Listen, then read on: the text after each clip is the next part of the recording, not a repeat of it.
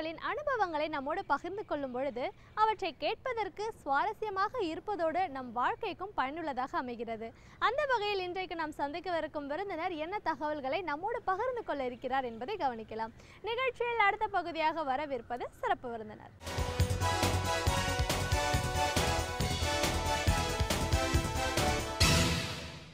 வணக்கம் நேயர்களே, விடியலே வா நிகழ்ச்சியின் சிறப்பு விருந்தினருக்கான நேரம் இது. இன்றைய சிறப்பு விருந்தினர் கல்வியாளர் திரு எஸ் சேகு ஜமாலுதீன் அவர்கள். ஒரு கல்வியாளரா 20 ஆண்டு கால பயணம் எப்படி இருந்துச்சு, கல்வியோட அவசியம் என்ன, கல்லூரிகள் அப்படின்னும் போது எப்படி செயல்படுது, கல்லூரி மாணவர்களுக்கான ஆலோசனைகள்னு பல விஷயங்களை இன்னைக்கு நம்ம அவர்கிட்ட கேட்டு தெரிஞ்சுக்கலாம்.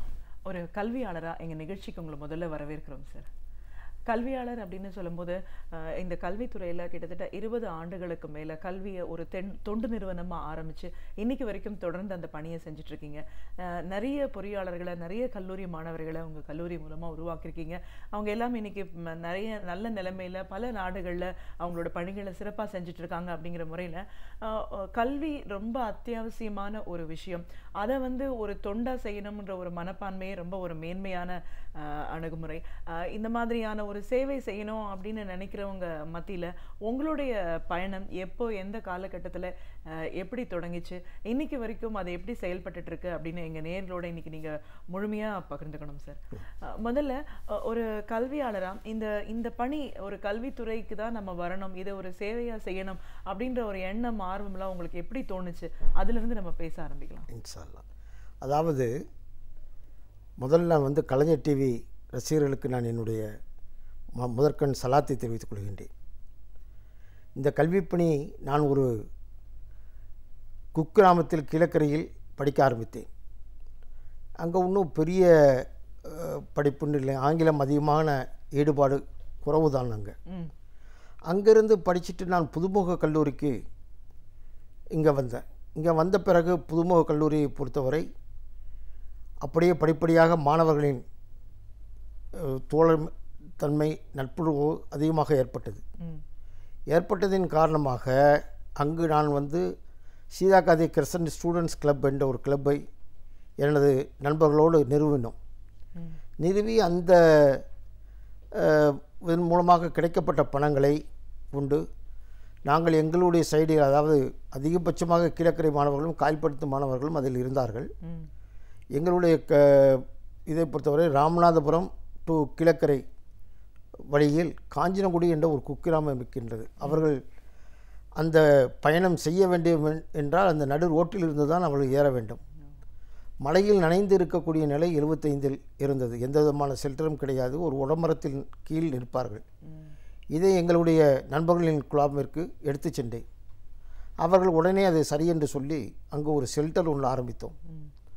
அது கட்டாயமாக மிகுந்த உதவியாக அங்கு உள்ள மக்களுக்கு இருந்தது. அதை என்னுடைய கிராண்ட்ஃபாதர் அவர்கள் செல்லும் பொழுது கூட அந்த வழியில் இறங்கி அடிக்கடி நின்று அதை ரசிப்பதை நான் உணர்ந்திருக்கின்றேன். அவர்களும் என்னிடம் சொல்லியிருக்கிறார்கள். அதுபோல் எங்களது ஸ்கூல் அமீதியா மெட்ரிகுலேஷன் ஸ்கூல் இருக்குது. நாங்கள் பிற்பாடு மெட்ரிகுலேஷன் ஸ்கூல் என்று வந்தது. அந்த ஸ்கூலுக்கு நாங்கள் ரோல் ஆஃப் ஆனர் போர்டு 2 போர்டுகள் செய்து கொடுத்தோம். இன்றளவும் இன்றும் இருக்கின்றது. இது எல்லாம் 1975 78 வரை. அதற்கு பிறகு வியாபார நோக்கத்தோடு வியாபாரங்கள் செய்து கொண்டிருந்தோம். எங்களது சேர்மன் அல்ஹாஜி ஷேக்குனுதீன் சாச்சப்பா அவர்களது தாப்பனார் பேரால் ஆலி முகமது சாலை டெஸ்ட் ஆரம்பித்து, அதேபோல் ஆலி முகமது சாலை கல்லூரிகள் ஒன்றன் பின் ஒன்றாக தொடங்க ஆரம்பித்தார்கள். 1994 ஆலி முகமது சாலை ஐடிசி திறந்தார்கள். நான் அப்பொழுது துபாயில் இருந்தேன். 1996ஆம் ஆண்டு என்னை அவர்கள் சொன்னார்கள், இந்த கூட்டம் எங்களுடைய மீட்டிங் நடந்தது, இப்பொழுது நாம் விரிவாக சென்று கொண்டிருக்கின்றோம், அதனால் யாராவது நம்ம குடும்பத்திலிருந்து செல்ல வேண்டும் என்று சொல்லும் பொழுது அவர்களுக்கு ஆண் குழந்தை கிடையாது. எனது சின்னம்மாவும் எனது தாயார், சிறிய தாயார் அவர்களும் என் மேல் மிகுந்த பாசமோடு, என்னோடு மட்டும் இல்லாமல் என்னுடைய தம்பிமார்களையும் அவர்கள் குழந்தைகளாகவே அவர்கள் நினைப்பார்கள். குடும்பத்தில் நாங்கள் எல்லாம் ஒன்றாகவே ஐக்கியமாக இருக்கக்கூடிய காலகட்டம் இன்று வரை. என்றளவு எப்பொழுதுமே அந்த மாதிரி ஐக்கியம் எங்களுக்குள் இருந்து கொண்டே இருக்கும். ஸோ அதனால் அவர்கள் என்ன செய்தார்கள், என்னை அங்கிருந்து இங்கு நீ கல்வி பணியை தொடர வேண்டும் சொன்னார்கள். அதிலிருந்து ஆர்வம் ஏற்பட்டு 1996 பாலிடெக்னிக் கல்லூரி, ஆலி முகமது சாலை பாலிடெக்னிக் கல்லூரி தொடங்கப்பட்டது. 1997 ஃபிசியோதெரப்பி கல்லூரி தொடங்கப்பட்டது. 2000ஆவது ஆண்டில் இன்ஜினியர் கல்லூரி தொடக்கப்பட்டு 2011ஆவது ஆண்டில் ஆலி முகமது சாலை ஆர்கிடெக்சர் கல்லூரியும் தொடங்கப்பட்டு மிக சிறப்பாக சென்று கொண்டிருக்கின்றோம். இதுவரை 4500 to 5000 இன்ஜினியர்களும் அது மாதிரி 10வது பாஸ் பண்ணி பாலிடெக்னிக் மூலமாக வரக்கூடிய டிப்ளமோ இன்ஜினியர்களையும் நாங்கள் கிட்டத்தட்ட ஒரு 5000 பேர்களுக்கு மேல் உருவாக்கி அவர்கள் நல்ல நிலையில் இருக்கின்றார்கள். இப்படியாக என்னுடைய கல்வி பணி சென்று கொண்டே இருக்கின்றது. நிச்சயமாக சார். இப்போ கல்வி பணி பற்றி பேசும்போது இந்த 10th +2 படிக்கிற மாணவர்களுக்கு ஒரு பெரிய ஒரு மன அழுத்தம்னே சொல்லலாம். இதை தாண்டணும், இது சரியான முறையில் தேர்ச்சி பெறணும், அதை முடிஞ்சதுக்கப்புறமா ஒரு நல்ல கல்லூரியில் நல்ல ஒரு படிப்பை நம்ம தேர்ந்தெடுக்கணும். இந்த மாதிரியான ஒரு இது ஒரு பக்கம் பெற்றோருக்கும் அதோட தாக்கம் இருக்கும் அப்படின்னாலும் படிக்கிறவங்களுக்கும் அந்த சுமை அதிகமாக தான் இருக்குது. அதை தாண்டி அவங்க ஒரு நிலைக்கு வரணும் அப்படின்னு நினைக்கும் போது கல்லூரியோட பங்களிப்பு வந்து ரொம்ப ரொம்ப ஒரு முக்கியமானதாக இருக்குது. இப்போது ஒரு 10th முடித்ததும் நீங்கள் பாலிடெக்னிக் கல்லூரின்னு சொல்கிறீங்க. ஸோ அவங்களுக்கான வாய்ப்புகளும் இருக்குது. +2 முடித்ததுக்கப்புறமா கல்லூரி, பொறியியல் கல்லூரின்னு இப்படி நிறைய இருக்குது. அப்படின்னும் போது பொதுவாக +2 முடித்த மாணவர்கள் ஒரு கல்லூரியில் சேரணும் அப்படின்னும் போது அவங்க எதிர்நோக்கி இருக்கிற பிரச்சனைகள், சவால்கள் என்ன? அதை கல்லூரி வந்து எந்த அளவுக்கு சமன்படுத்தி கொடுக்குது? அதாவது 10th முடித்தவுடன் 3 வருடங்களில் அவள் தொழிலுக்கு செல்லலாம். அதுதான் இந்த பாலிடெக்னிக் படிப்பு என்பது. தொழிற்கல்வி அவர்கள் கையில் இருக்கின்றது, தொழில் அவர்கள் கற்றுக்கொள்ளுகின்றார்கள். அதுபோல் +2 முடிக்கக்கூடியவர்கள் கூட மார்க்குகள் குறைவாக இருந்தாலும் கூட அவர்கள் பாலிடெக்னிக் மூலமாக இன்னொரு 2 வருடங்கள் அவர்கள் தன்னுடைய படிப்பை கூட்டிக் கொண்டு மொத்தம் அவர்களுக்கு 4 வருட படிப்பாக ஆகிவிடும்.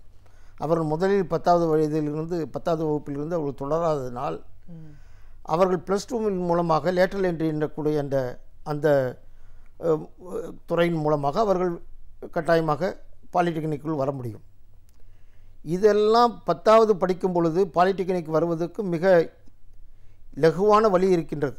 ஏனென்றால் நிறைய பேருக்கு தொழிற்கல்வி படிப்பதற்கு இடம் கிடைப்பதில்லை.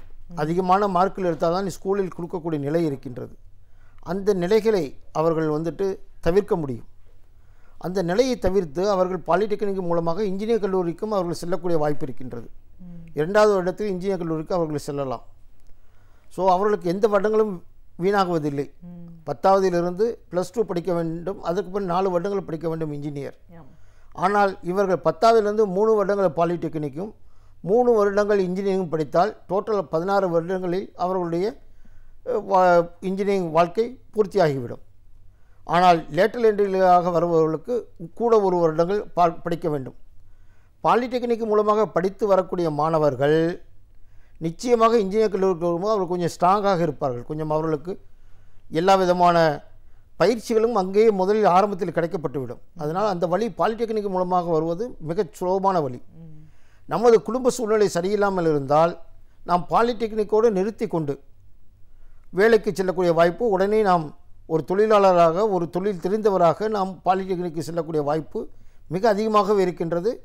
இப்பொழுது இருக்க கம்பெனிகள் 100% பாலிடெக்னிக் மாணவர்களுக்கு வேலை வாய்ப்புகளை அளிக்கின்றார்கள். ஏன்னால் அவர்களுக்கு சம்பள விகிதம் குறைவாக இருப்பதாலும் கூட வேலைகள் அவர்கள் கையில் அதிகமாக அவர்களால் வாங்க முடியும் என்பதற்காகவும் அவர்கள் அந்த பாலிடெக்னிக் துறையை தேர்ந்தெடுப்பது மிக சுலபம் என்று நினைக்கின்றேன். 10வது 12வது படித்துவிட்டு அவர்கள் வேலைக்கு செல்வார்கள் என்றால் நிச்சயமாக எந்த வேலையும் கிடைக்காது. ஒரு அட்டெண்டராகவோ அல்லது ஒரு கார் டிரைவராகவோ அல்லது ஏதாவது ஒரு ஹோட்டலில் இருக்கக்கூடிய அல்லது ஏதாவது கொரியர் கம்பெனியில் இருக்கக்கூடிய சூழ்நிலை தான் ஏற்படும். அதனால் பெற்றோர்களுக்கு நான் உண்மையிலேயே அன்பு வேண்டுகோள் வைக்கின்றேன். அவர்களை நீங்கள் 10வது +2வோடு நிறுத்திவிடாதீர்கள். அவர்களுக்கு கல்வியை வழங்குவது இப்பொழுது ஆர்ட்ஸ் காலேஜும் நல்ல எழுச்சி அடைந்திருக்கின்றது. ஏனென்றால் ஆர்ட்ஸ் காலேஜுக்கு செல்லும் பொழுது கூட அவர்களால் இப்பொழுது வேலைவாய்ப்புகள் கொஞ்சம் கிடைக்கின்றது. ஆனால் அது நிரந்தரமாக இருக்குமா என்பது சொல்ல முடியவில்லை. ஆனால் இந்த படிப்பானது இன்ஜினியர் கல்லூரி என்பது நிரந்தரமான அவர்களுக்கு கல்வி வாய்ப்பினை வழங்கக்கூடியதாக இருக்கின்றது. கண்டிப்பாக சார். அதனால் அவர்கள் இந்த துறையினை அவர்கள் தேர்ந்தெடுப்பது அவர்களுக்கு மிகச் சாலச் சிறந்ததாக இருந்து கொண்டிருக்கின்றது என்பதுதான் என்னுடைய அபிப்பிராயம். நிச்சயமாக. அதாவது 10வது 12ஆம் வகுப்பு படிச்சுட்டு அதுக்கப்புறமா ஒரு வேலை வாய்ப்புன்றதை விட 12 படிக்காம கூட ஆனா 10 முடிச்சோம்னா ஒரு தொழில் கல்வி ஒரு பட்டய படிப்புங்கிறதையாவது படிச்சிருக்க வேண்டியது ஒரு அவசியம். ஒரு கட்டாயமான வேலைக்கு போறதுன்றது சொல்லியிருக்கீங்க. இப்போ இன்ஜினியரிங் துறைன்றதை எடுத்துக்கிட்டா சார், இப்போ +2 முடிச்ச உடனே கல்லூரிகளுக்கு நிறைய பேர் அப்ளை பண்றாங்க, கட் ஆஃப் மார்க், இப்படி பல விஷயங்கள் இருக்கு. அப்படின்னும் போது துறைகளும் பார்த்தீங்கன்னா படிப்பும் வந்து பல விதத்துல இருக்கு, நிறைய பிரிவுகள் இருக்கிறத பார்க்குறோம். பொதுவா எந்த மாதிரியான பிரிவுகளுக்கெல்லாம் அதிகப்படியான மாணவர்கள் வந்து சேரணும்னு நினைக்கிறாங்க? வாய்ப்புகளும் எதுல அதிகமா இருக்கு? நமது ஆக்சுவலாகவே நமது இந்தியாவை பொறுத்தவரை யாராவது ஒன்று செய்தால் அதை நாம் திரும்ப செய்ய வேண்டும் என்பது தான் நமது இந்தியன் பண்பாடாக இருக்கின்றது. இது ஒரு ஜோக்காக சொல்வார்கள். அதாவது இந்தியன் நண்டை எக்ஸ்போர்ட் பண்ணும் பொழுது ஓப்பனாக அனுப்பினார்கள். அந்த ஓப்பனாக அனுப்பும் பொழுது அந்த நண்டு எந்த விதமான குறைபாடும் இல்லாமல் அப்படியே ஓப்பனாக செல்லும் பொழுது அப்படியே இருந்துதான். மற்ற நாடுகளில் எண்ணிக்கை குறைவின் மூலமாக அந்த நண்டு வந்து குறைச்சலாக இருந்திருக்க வாய்ப்பு இருக்கின்றது என்று சொல்வதாக ஒரு ஜோக் சொல்வார்கள். ஏனென்றால் இந்த நண்டு ஒன்று செல்லும் பொழுது ஒன்றை ஏற விடாது, கீழே இறக்கிவிடும் என்ற எண்ணத்தோடு சொல்லக்கூடிய ஒரு ஜோக்காக இருக்கின்றது. அதை இந்த நேரத்தில் நினைவு கூறுகின்றேன். இருந்தாலும் கூட நமது இந்தியர்களை பொறுத்தவரை அவர் மெக்கானிக்கல் சென்றால் நானும் மெக்கானிக்கல் செல்ல வேண்டும், நான் சிவில் சென்றால் நானும் சிவில் செல்ல வேண்டும், நான் பிஆர்க் சென்றால் நானும் பிஆர்க் செல்ல வேண்டும். எந்த துறையில் நீங்கள் வல்லுநர்களாக இருக்கின்றீர்கள் என்பதை உங்களை நீங்கள் கணக்கிட்டு கொள்ள வேண்டும். அவர்கள் சொன்னார்கள், பெற்றோர்கள் சொன்னார்கள், இவர்கள் சொன்னார்கள் என்பதற்காக நீங்கள் செல்வதை விட எல்லா துறைகளுமே சிறப்பான துறைகள் தான். இந்த துறைகளுக்கு வந்து இது என்று இல்லை. ஆனால் முதலில் 60% மார்க்கு உள்ள மாணவர்கள் எந்த துறைக்காவது அவர்கள் செல்ல முடியும். அப்படித்தானே இருந்தது. ஆனால் படிப்படியாக கல்லூரிகள் அதிகமாக சென்றதனால் 90% மார்க்குகள் 200க்கு 90 மார்க்குகள் எடுத்திருந்தால் போதும் என்ற நிலையினை அரசாங்கம் வைத்திருக்கின்றது. அது சரியான முறைதான். ஏனென்றால் 90 மார்க்குகளால் எடுக்க முடியும் என்பதற்காகத்தான் இங்கிருந்து வல்லுநர்கள் சொல்லியிருக்கிறார்கள். இந்த மாதிரி 90 மார்க்குகளோடு நீங்கள் கல்லூரிக்கு வரலாம், உங்களால் இன்ஜினியர் ஆக முடியும் என்ற நிலைப்பாட்டினை அவர்கள் சொன்னதுனால தான் 90 மார்க்குகளுக்கு அரசாங்கம் வைத்திருக்கின்றது. இருந்தாலும் கூட 90 மார்க்குகள் உள்ள மாணவர்கள் ஆங்கில நிலை, அவர்கள் ஆங்கிலம் படிக்கக்கூடிய முறைகளை அவர்கள் ஆரம்பத்திலிருந்தே கையாளாததால் அவர்கள் ரொம்ப கஷ்டப்படுகின்றார்கள். நான் கூட முதல் வருடம் என்னுடைய கல்லூரி படிப்பில் வரும்பொழுது பயம் இருக்கக்கூடாது. பயம் இருந்தாலே வந்துட்டு எல்லாமே போயிடும். ரெண்டாவது தோல்வியை நினைத்து பயப்படுவதால் தான் நாம் முடிக்க முடியாத நிலை இருக்கின்றது. ஒன்று மட்டும் நினைத்துக் கொள்ளுங்கள், அதாவது நாம் வெற்றி பெற வேண்டுமென்றால் அன்றாட பாடங்களை அன்றாட முடிக்க வேண்டும். அன்றாட பாடங்களை நீங்கள் தேக்கி வைத்தீர்கள் என்றால் அது தேக்கிய நிலையிலே கிடக்கும். நல்ல ஆசிரியர் உங்களுக்கு நடத்தக்கூடிய பாடங்களை நீங்கள் வந்து கவனத்தோடு அந்தந்த இரவுகளில் நீங்கள் முடித்து விட்டீர்கள் என்றால் நிச்சயமாக எந்த விதமான பயமும் இல்லை. அதுபோல் பிளேஸ்மெண்ட்டுகளுக்கு என்று எல்லா கல்லூரிகளிலுமே வந்து அந்த வாய்ப்பு கொடுக்கின்றார்கள்.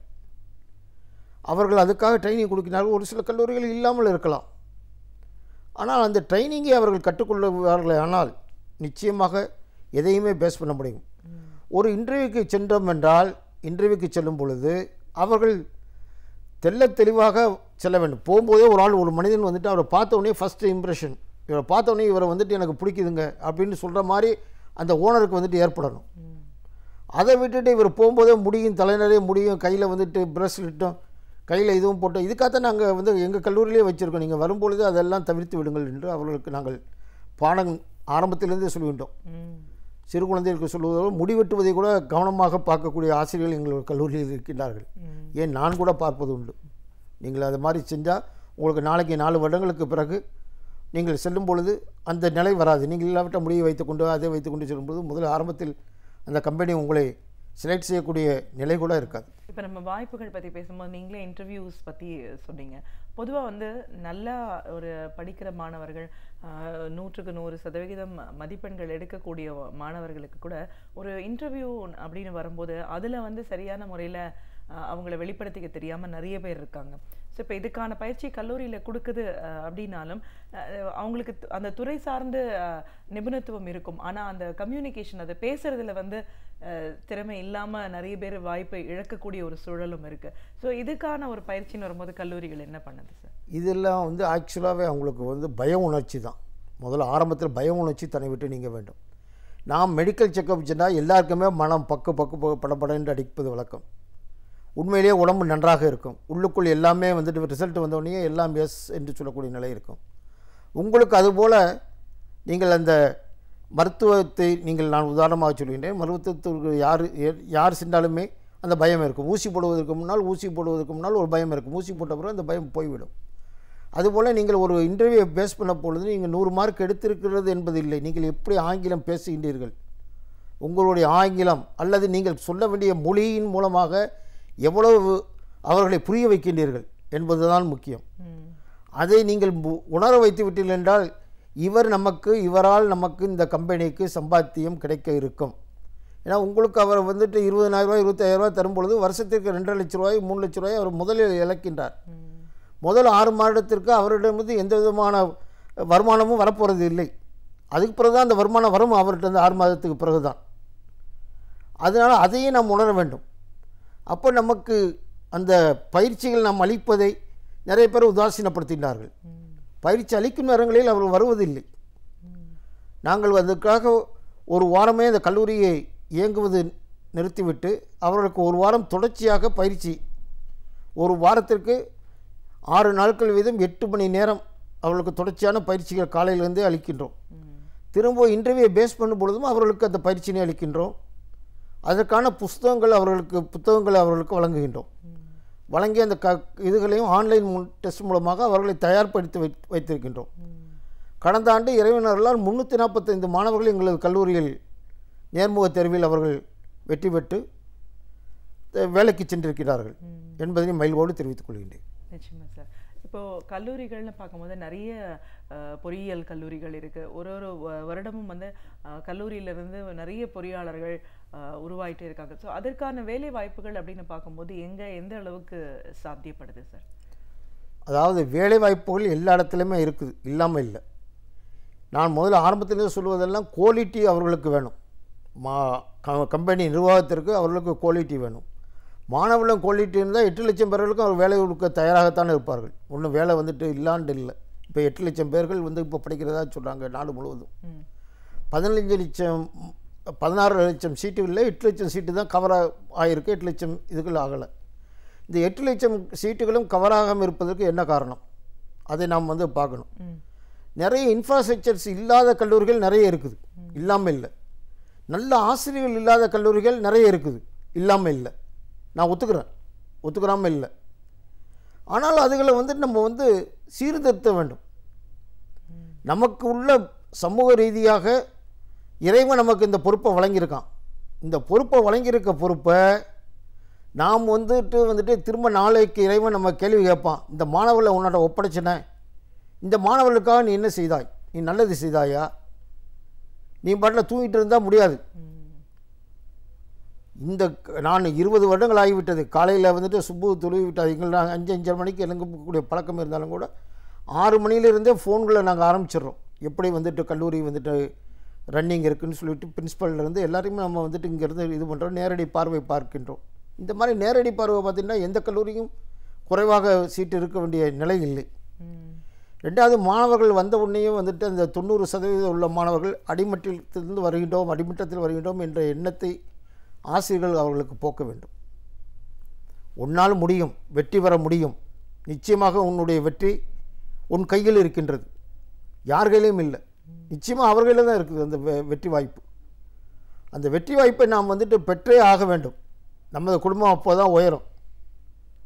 இன்றைக்கி என்னுடைய மாணவர்கள் இறைவனர்களால் 6 லட்சம் ரூபாய் மாதம் சம்பளம் வாங்குவோர் இருக்கிறார்கள். என் கண்காணை நான் கண்டிருக்கின்றேன். அந்த மாதிரி நிலை இருக்கும் பொழுது வந்துட்டு எங்கேயும் வேலை வாய்ப்புகளோ என்னுடைய பிரின்சிபலுக்கு இருக்க சம்பளத்தை விட 4 மடங்குகள் அதிகமாக வாங்குகின்றார்கள். வருடங்கள் 15 உருண்டோடி விட்டது. மாணவர்கள் வெளியே வந்து 11 வருடங்கள் ஆரம்பமாகிவிட்டது. அதில் நான் எத்தனையோ வெளிநாட்டில் சந்தித்த மாணவர்கள் நல்ல நிலையில் இருக்கின்றார்கள். நான் என்னுடைய கல்லூரியை மட்டும் சொல்லலை, எல்லா கல்லூரியிலும் இது மாதிரி இருக்கின்றார்கள். இதை விட 1 கோடி ரூபாய் சம்பளம் வாங்கக்கூடியவர்களும் ஐஐடியில் இருக்கின்றார்கள். அவர்களால் முடிகின்றது, நம்மால் ஏன் முடியவில்லை? தோல்வியை நினைத்து நாம் பயப்படுகின்றோம். தோல்விதான் வெற்றிக்கு முதல் படி என்பதை அவர்கள் மறந்து விட்டார்கள் என்றால், ஒரு தடவை தோல்வி அடைந்து விட்டால், ஒரு இன்டர்வியூவில் ஃபெயில் ஆகிட்டால் உடனே மனம் தளர்ந்துடுறது. அந்த மனத்தளர்ச்சி இருக்கக்கூடாதுன்னு தான் நான் நினைக்கிறேன். நிச்சயமாக சார். இப்போ வேலை வாய்ப்புன்னு அப்படின்னு பார்க்கும்போது நிறைய பேர் வெளிநாடுகள் போகிறது தான் இப்போ அதிகப்படியாக விரும்புகிறாங்க. மாணவர்கள் வேலை கிடைச்சோன்னா வெளிநாடு போகணும் அப்படின்னு. இப்போ வெளிநாடுகள் அப்படின்னு வரும்போது எந்த நாடுகள்லாம் பொறியாளர்களுக்கு அதிகப்படியான வாய்ப்புகள் இருக்குது சார்? பொறியாளருக்கு எல்லா விதம் அரபு நாடுகளில் அதிகமாக இருக்குது. இப்போ எக்ஸ்போர்ட் 2020 துபாயில் வருது. ஸோ அவர்களுக்கு கிட்டத்தட்ட 2.5 லட்சம் பொறியாளருக்கு அங்கே வேலை தேவைப்படுது. இப்போ ஆரம்பிச்சிருச்சு, 15லேருந்து ஆரம்பிச்சிருச்சு. 2015லேருந்து அங்கே எடுக்கக்கூடிய ஆரம்பிச்சிருச்சு. அதுபோல் 2022 கால்பந்து இருக்குது தோஹாவில். ஸோ எல்லாமே அவர்கள் அந்த பில்டிங்கில் கட்ட வேண்டிய நிலை இருக்கின்றது. அன்றாடம் நாம் வெளிநாட்டை பார்ப்போமானால் இப்பொழுது கையிலே இருக்குது, கையளவில் இருக்குது. எல்லா ஆன்லைன்லேயும் அவர்கள் பார்க்கலாம், எல்லா நாட்டையும் பார்க்கலாம். எத்தனை பில்டிங்கள் அவர்கள் கட்டப்பட்டிருக்கின்றது, எத்தனை வசதிகள். இன்ஜினியரிங் மாணவர்களுக்கு வாய்ப்புகள் அதிகம் இருக்குது சொல்கிறீங்க. சிவில் இன்ஜினியருக்கு இருக்கின்றது. சிவில் என்று வரும்பொழுது எலக்ட்ரிக் இல்லாமல் இருக்காது. எலக்ட்ரிக்கல் எலக்ட்ரானிக்ஸ் வேண்டும், துறை வேண்டும், தொடர்பு வேணும். ஐடி எந்த நேரத்துலையுமே எவர் கிரீன் தான். ஆனால் இப்போது உளுந்து கிடக்கின்றது, ஐடி உளுந்து கிடக்கு ஃபீல்டு. இது நிச்சயமாக 2016க்கு பிறகு மாற்றங்கள் வரும். 2016க்கு பிறகு மாற்றம் வரும். ஏனென்றால் அமெரிக்காவிலே மாற்றம் வரப்போகின்றது. அமெரிக்காவிலே மாற்றம் வரும் பொழுது 2016இல் நிச்சயமாக அந்த துறை ஐடி துறை மேலோங்கி செல்லும். இந்த 8 வருடங்களாக ஐடி துறை மேலோங்கி இல்லை. நான் அதற்காக அமெரிக்காவின் இதை குறை சொல்லவில்லை. ஆனால் 8 வருடங்களுக்கு பிறகு ஆட்சி மாற்றத்தின் மூலமாக ஐடியை விரும்பக்கூடிய அரசுகள் வரும்பொழுது நிச்சயமாக அந்த வேலைவாய்ப்புகள் இந்தியாவிற்கு அதிகமாக கிடைக்கும். இப்பொழுது ஏற்கனவே கிடைத்திருந்த சோர்ஸ்களை நிறுத்திவிட்டதனால் தான் இங்கே வேலைப்பாடுகள் குறைவாக இருக்குது. அந்த சோர்ஸ்கள் மீண்டும் வந்துவிட்டால் பழையபடி எழுச்சி ஏற்பட்டுவிடும் இந்தியாவை. ரெண்டாவது, இந்தியாவில் பொறுத்தவரை நமது தமிழ்நாட்டில் கூட நான் சரியாக சொல்கிறேன்னா கரெக்டாக சொல்கிறேன்னா எனக்கு தெரியலை. ஆனால் இருந்தாலும் கூட சொல்கின்றேன், எடுக்கக்கூடிய தொழில் துறைகள் இங்கே வருது. எத்தனையோ சைனிங் பண்ணுறாங்க, எல்லா கவர்மெண்ட்டும் பண்ணுறாங்க. இந்த கம்பெனிக்கு புரிந்துணர்வு என்று சொல்லி போடுகிறார்கள். ஆனால் புரிந்துணர்வும் போது இன்னொரு வாசகத்தை எனக்கு தெரியல, ஆனால் அது எழுதக்கூடிய வாய்ப்பு இருக்கின்றதா என்று எனக்கு தெரியாது. அதில் 60% தமிழ்நாட்டு மாணவர்களுக்கு வேலை கொடுக்க வேண்டும் புரிந்துணர்வோடு அப்படின்னு சொல்லி எழுதினாவே அந்த வேலைவாய்ப்புகள் நிச்சயமாக அந்த மாணவர்களுக்கு போய் சேரும். ஸோ கண்டிப்பாக நீங்கள் சொல்கிறது ஒரு முக்கியமான ஒரு கருத்து. இது எல்லாரும் சேர்ந்து ஆலோசிக்க வேண்டிய ஒரு விஷயம். பொதுவாக வெளிநாடுகள் அப்படின்னும் போது நீங்கள் அரபு நாடுகள் பற்றி சொன்னீங்க. இந்த தோஹா அந்த கிரிக்கெட் ஃபுட்பால் வரும்போது அதுக்கான கன்ஸ்ட்ரக்ஷன், அதனால் எலக்ட்ரிக்கல்ஸ் அப்படின்னு இன்றைக்கி படிக்கக்கூடிய மாணவர்கள் பார்த்திங்கன்னா அந்த +2 முடித்த உடனே ஐடி இன்ஜினியரிங்கை தேர்ந்தெடுத்து தான் எல்லாருமே ரொம்ப வேகமாக போயிட்டுருக்காங்க. ஆனால் காலங்காலமாக பாரம்பரியமாக நம்ம பொறியாளர் அப்படின்ற துறை மெக்கானிக்கலை ரொம்ப வலியுறுத்தி சொல்கிறோம். இப்போ சமீப காலமாக கல்லூரிகளில் கூட அதை இன்னும் வலியுறுத்துறாங்க. இதுக்கு இன்னும் ஓப்பனிங் அதிகமாக இருக்குது. அதுதான் என்றைக்குமே அதுதான் பேரண்ட் முதல்நிலை பொறியாளருக்கான வாய்ப்பு. இப்போ இந்த மெக்கானிக்கல் இன்ஜினியரிங், ஆட்டோமொபைல் இதோட நிலைப்பாடெல்லாம் எப்படி இருக்குது சார்? மெக்கானிக்கல் இன்ஜினியரிங், ஆட்டோமொபைல் இன்ஜினியரிங்லாம் இங்கே கம்பெனிகள் நம்ம இங்கே தான் அசம்பிள் ஆகுது. ஸோ அந்த மோட்டர் கம்பெனிஸ் எல்லாம் இங்கே அசம்பிள் ஆகிறதுனால கொஞ்சம் ஒரு எழுச்சி இருக்கின்றது. இது 4 வருடத்துக்கு முன்னால் கிடையாது. மெக்கானிக்கல் பார்த்தா சீட்டு வாங்குறதுக்கு ஆள் இல்லை. 15 சீட்டுகள் மட்டும் ஃபுல்லாக இருக்கும். அதை வச்சு நாங்கள் கல்லூரி நடத்த வேண்டிய சூழ்நிலை இருந்தது. சிவிலை பார்த்தா அதே போல் 15. இது இப்பொழுது ஐடிக்கு எப்படி இருக்கின்றதோ அதுபோல் அப்போ இருந்தது. ஐடிக்கு அப்போ பூமாக இருந்தது. ஒரு சைடு நல்லா இருந்தது, ஒரு சைடு வீக்காக இருக்குது. இப்போவும் கூட அப்படி தான் இருக்குது மாணவர்களோட மனநிலை. நான் தான் ஆரம்பத்தில் சொன்னேன், நான் போய்விட்டேன், எடுக்க போகிறேன். வெளியே வரும்பொழுது 4 வருஷம் என்ற வெளியே வரும்பொழுது மெக்கானிக்கல் மாணவர்கள் கிட்டத்தட்ட 4 லட்சம் மாணவர்கள் இருப்பார்கள். ஏன்னா அதிகமாக அவர் தான் எடுத்திருக்காங்க. வெளியே வரும்பொழுது 4 வருடத்தில் 4 லட்சம் மாணவர்கள் மெக்கானிக்கல் இருப்பாங்க. சிவிலில் ஒரு 1.5 லட்சம் 2 லட்சம் பேர் இருப்பாங்க. கம்யூனிகேஷன் ஃபீல்டு, இந்த இசி, கம்ப்யூட்டர், ஐடியில் ஒரு 50,000 பேர் இருப்பார்கள். அப்போ வேலை வாய்ப்புகள் 50,000 பேருக்கும் கிடச்சி போடும். இந்த 4 லட்சம் பேரில் நான் இன்றைக்கி கிடைக்கல, விளங்குதா உங்களுக்கு, எனக்கு கிடைக்கலங்கிற ஒரு சூழ்நிலை ஏற்படலாம். அதனால் அரசாங்கம் இப்போவே அதை தேர்ந்தெடுக்கிறதுனால அதுக்கு தோன்றான துறைகளுக்கு வந்து ஊக்கம் கொடுத்து அந்த வேலைவாய்ப்புகளை கூட்ட வேண்டும். இல்லாவிட்டால் திரும்ப அதையே தான் நம்ம திரும்ப பேஸ் பண்ண வேண்டியிருக்கும். 4 வருஷத்துக்கு முன்னால் வந்துட்டு ஐடிக்கு ஃபீல்டுக்கு எப்படி இருந்ததோ அந்த ஃபீல்டுகளில் வந்துட்டு நம்ம வந்துட்டு அதே மாதிரி கொண்டு வர்றதுன்றதை மெக்கானிக்கலில் நம்ம வந்து கவனம் செலுத்தணும். இல்லைன்னா 4 வருஷத்துக்கு பிறகு அதே நிலை ஏற்பட்டுவிடும், திரும்ப ஒரு தொய்வு ஏற்பட்டுவிடும். அதுதான் என்னுடைய அபிப்பிராயம். இப்போது மற்ற நாடுகள் அப்படின்னும்போது மத்திய கிழக்கு நாடுகள் எல்லாம் பொறுத்து நீங்கள் நிறைய வெளிநாடுகள் அங்கே வேலை வாய்ப்புகளை உருவாக்கி கொடுக்குற பணியிலையும் உங்களை ஈடுபடுத்திட்டு இருந்ததுனால கேட்குறேன், அந்த மாதிரியான இடங்களில் எந்த மாணவர்கள் அதிகப்படியாக விரும்புகிறாங்க? மாணவர்கள் வந்து உங்களுக்கு விரும்பக்கூடியது வந்துட்டு அரபு நாடுகள் கட்டாயமாக அதிகமாக விரும்புவாங்க. ஏண்டா அவங்களுக்கு வந்துட்டு சீதோஷண நிலை கொஞ்சம் ஹாட்டாக இருக்குமே தவிர குளிர்ச்சியாக இருக்கக்கூடிய தூரமாக இப்போ அமெரிக்கா இருந்தால் ரொம்ப தூரம் போயிட்டு வந்தால் இன்னும் அவங்க ஒரு வீட்டில் ஏதாவது ஒரு நல்லதோ கெட்டதோ இருந்தால் கூட அவர்கள் வருவதற்கு 24 மணி நேரத்துக்கு மேல் ஆகிவிடும். ஸோ அதனால் வந்துட்டு அந்த 2வது செலவும் அதிகமாக இருக்குது. சம்பாதிப்பதில் வந்துட்டு டேக்ஸ் அங்கே அதிகமாக இருக்குது அமெரிக்காவை பொறுத்த வரைக்கும். இங்கே வந்து அரபு நாடுகளில் எந்த டேக்ஸும் கிடையாது. நீங்கள் வந்துட்டு அப்படியே சம்பாதிக்கிறவனா அப்படியே உங்களுக்கு தான். நீங்கள் எவ்வளோ ரூபா சம்பாதிக்கிறீங்களோ அவ்வளோ ரூபாயும் உங்களுக்கு தான், எந்த டேக்ஸும் அங்கே கிடையாது. ஒரு உங்களுக்கு விசா அந்த வகையில் தான் கொஞ்சம் செலவு இருக்குமே தவிர, ஆரம்பக்கட்ட செலவுகள் இருக்குமே தவிர எந்த விதமான வரியும் அவர்களுக்கு கிடையாது. ஃப்ரீ. நீங்கள் வந்துட்டு நம்ம இங்கே நினைக்கலாம் முஸ்லீம் மட்டும் தான் அங்கே வாழ முடியும்ண்டு, அப்படி இல்லை. எல்லா மக்களும் அங்கே வாழலாம். அங்கே கோவிலே இருக்குது. அங்கே வந்து கிறிஸ்டினுக்குள்ளே எல்லா விதமான இருக்கும், பஞ்சாபுக்குள்ளே எல்லா விதமான இருக்கும். ஆரம்பத்திலேயே பஞ்சாபிகள் அங்கே செல்லும் பொழுது முதல்ல அவர்கள் இஸ்லாமியர்கள் என்று கட்டி தழுவினார்கள். ஏன்னா அவங்க தாடி வச்சுருந்தாங்க, பெரிய லெவலில் வந்து தலப்பாக வச்சுருந்தாங்க. அவங்க தான் முதல்ல அங்கே போனவங்க அரபு நாடுகளுக்கு. அவங்க போனவுடனே அவங்கள வந்துட்டு அந்த அளவுக்கு வரவேற்பாக அரபுயர்கள் வந்துட்டு அவர்களை வரவேற்றார்கள். பிறகு தான் வந்துட்டு படிப்படியாக அது வந்துட்டு இதானது. திரும்ப வந்துட்டு உங்களுக்கு இன்றும் இந்தியர்களுக்கு அங்கே மதிப்பு இருக்கின்றது. ஏன்னா அவங்கள ஒரு கடின உழைப்பு அவங்கள்ட்ட இருக்குது. 8 மணி நேரம் உழைப்பு நம்மகிட்ட வந்துட்டு இந்தியர்கள்ட்ட கிடையாது. நாம் 10-12 மணி நேரம் உழைக்க நாம் தயாராக இருக்கின்றோம்.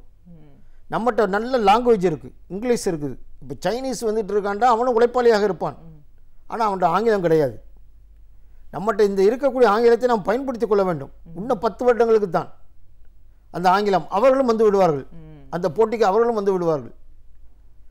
அதனால் ரொம்ப நம்ம வந்து கவனமாக இருக்க வேண்டிய சூழ்நிலை இருக்கின்றது. நம்முடைய கடின உழைப்பால் தான் எந்த நாட்டில் இருந்தாலும் கூட நம்மால் வேலை வாய்ப்புகளை நாம் தக்க வைத்துக் கொள்ள முடிகின்றது. இப்போது அங்கே இருக்கிற வாழ்க்கை முறை எப்படி இருக்குது சார்? பொதுவாக நீங்களும் வெளிநாட்டில் இருந்திருக்கீங்க அப்படிங்கிற முறையில் நிறைய சட்டத்திட்டங்கள் இருக்குது அப்படின்னு சொல்கிறாங்க. இதெல்லாம் கடைப்பிடிக்கலைன்னா அதுக்கான தண்டனைகளும் ரொம்ப தீவிரம் அப்படின்றதையும் நம்ம இங்கேருந்து கேள்விப்படணும் அரபு நாடுகளை பொறுத்த வரைக்கும். இப்போ புதுசாக ஒரு இடத்துலேருந்து ஒரு இளம் வயது தானே, ஒரு கல்லூரி முடிச்சிருந்தாங்கன்னா அந்த 21-22 வயதில் ஒரு இடத்துக்கு வெளிநாட்டுக்கு போகிறோம் அப்படின்னும் போது அங்கே உள்ள விஷயங்களை பற்றி அதிகமாக புரிதல் தேவையாக இருக்குது. ஆனால் புரியாமலும் நிறைய பேர் போகிறத பார்க்குறோம். இவ்வளோ கெடுபிடிகள் இருந்த ஒரு நாட்டுக்கு நம்ம போகிறோங்கிற போது என்ன மாதிரிலாம் நம்ம முன்னாடி தெரிஞ்சு வச்சுக்கணும் சார்? எந்த விதமான கெடுபிடியும் கிடையாது. நம்ம சிங்கப்பூருக்கு செல்றதா இருந்தால் நாம் வந்து நினச்ச இடத்துல எச்சை துப்பினோம்னா நம்மளை பிடிச்சி வந்துட்டு இது பண்ணிவிடுவாங்க. அதே எச்சை வந்துட்டு இங்கே நம்ம உமிழ்வதற்கு தயாராக இருக்கின்றோம் இந்தியாவில். ஆமாம், இந்தியா நம்மளது தாய்நாடு, இது என்னுடைய சொந்த மண் என்று நினைத்தான் என்றால் நிச்சயமாக அவனுக்கு அந்த எண்ணம் வராது. அந்த எண்ணத்தை அவன் கடைப்பிடிச்சாவே போதும், வெளிநாட்டுக்கு போகும்பொழுது வந்துட்டு பாதுகாப்பே அவனுக்கு கிடைச்சிரும். ஏன்னா அங்கே உள்ள சட்டத்திட்டங்கள் இருக்கின்றது. யார் நீங்கள் சட்டத்திட்டங்களை மீறுவதாக இருந்தால் தான் எங்கே போனாலுமே, இந்தியாவில் நீங்கள் மீறினால்தான், நீங்கள் பிடிபடாத வரைக்கும் நீங்கள் ராஜா, பிடிபட்டால் அதிகாரிகள் ராஜா. அதுதான் இங்கே இந்தியாவோட சட்டம். அங்கே அப்படி இல்லை. அவர்கள் வந்துட்டு பிடிபட்ட உடனேவே வந்துட்டு அந்த நிலைமைகள் அவர்களுக்கு இதாகிடும். முதல்ல ஆரம்பத்தில் இருந்தால் மன்னிச்சு அனுப்புறங்கிறது வந்துட்டு ஒரு சில இதுகளில் இருக்கும். ஆனால் அவங்களுக்கு அதிகமான ரூல்ஸுகள் வந்துட்டு தெரியும். போன உடனேவே அவங்களுக்கு தெரிஞ்சிடும், போனதுமே தெரிஞ்சிடும். இப்போ நிறைய இதுகளில் பார்த்தோம்னா வந்துட்டு இங்கே போதைப் பொருளை கொண்டு வந்தால் வந்துட்டு உங்களுக்கு மலேசியாவில் இருக்கும், சிங்கப்பூரில் இருக்கும், உங்களுக்கு தலை மரண தண்டனை இருக்குதுன்னு சொல்லிட்டு.